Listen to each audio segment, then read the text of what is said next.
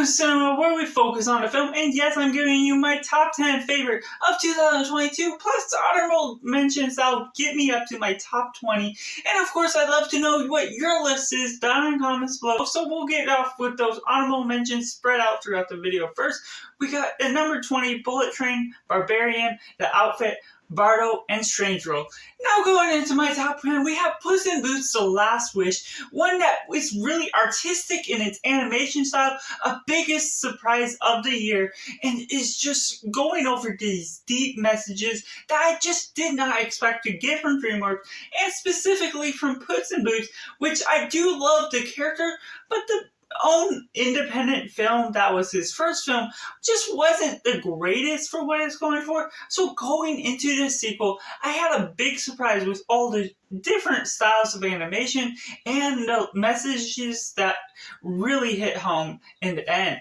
And coming in number 9, we have Hustle, an Adam Sandler project that proves once again he is really good in these drama roles and performing and bringing an inspiring basketball drama, bringing in this guy from this foreign country and giving him this lead up that goes into the NBA, and the journey that takes you along there is just so well diversified and makes you always in suspense of what's going to happen in the end. And coming in number 8, we have Black Panther: Wakanda Forever, another surprise from the year, just in the way the MCU Phase 4 was a little hit or miss along the way, and it ended with a bang, at least for my first watch through all these films, and I just really enjoyed the culture aspect of Black Panther: Wakanda Forever, and the way Ryan Coogler managed to craft another great Black Panther film, even after the passing of Chadwick Boseman, and managing all the stakes that are on there, and having Namor as such a great villain, and unfortunately some of the agent stuff with the stuff in the United States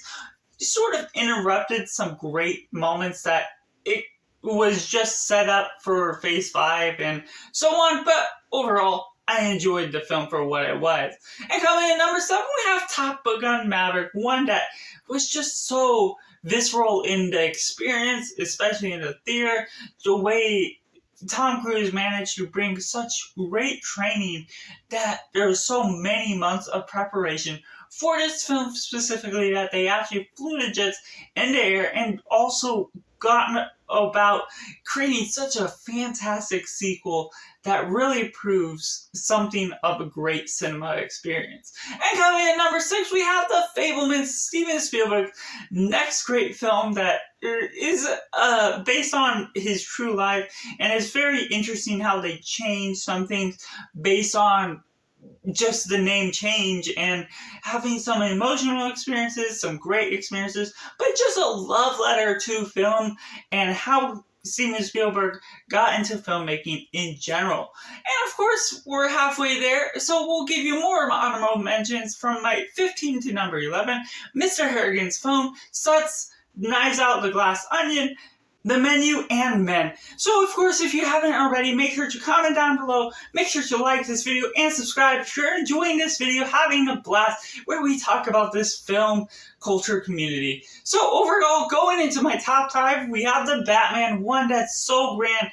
in its experience. Robert Pattinson giving such a grand performance in his role. Matt Reeves showing the passion he has for the Batman, making it so cinematic. And while it is a long experience of a runtime, and it does have some dragging moments, overall, this detective story side of Batman was so great, and one of the better Batman films, even if not my personal favorite, is just so good in all of its expertise in the way that it made this film. And coming in number 4, we have Everything Everywhere All at Once, the multiverse film of last year that really hit home, that went on all of these different stakes, all of these different roles, and actually explored the culture that you're diving into, having all these fast-paced moments, and an exploration that was so much better than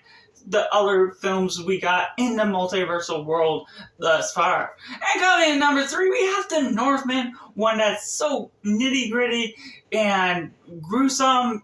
Just the Viking saga, the different Nordic culture was great to explore in just the darkness, and Robert Eggers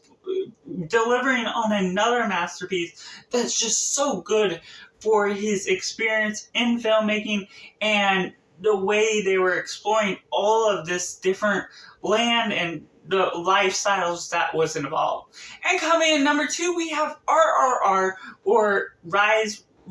or Revolt, and just the way they were going about this Indian culture was so explorational and so good for what it was going for. I just really enjoyed the experience all the way through. It was fun, it was a long runtime, but it still had the energy to really keep you engaged, to really show the drama between these two friends that were also enemies in different ways that they didn't know about at first. And the way they go about that with different musicals, so many genres, drama, romance, and action, they managed to craft something so great with all of these different genres all in one movie. And while it had a long runtime, it was well worth that time. But that leaves at number 1, All Quiet on the Western Front. Of course, we gotta throw in a war movie for this that was very visceral in the experience. These kids wanting to go into the war, getting excited about the war experience, they're not prepared for what's about to happen as they're traumatized basically right after that, going that first night and going into front lines with those experiences, those bombs going off around them, seeing the dead men, and just that strong experience that was so close to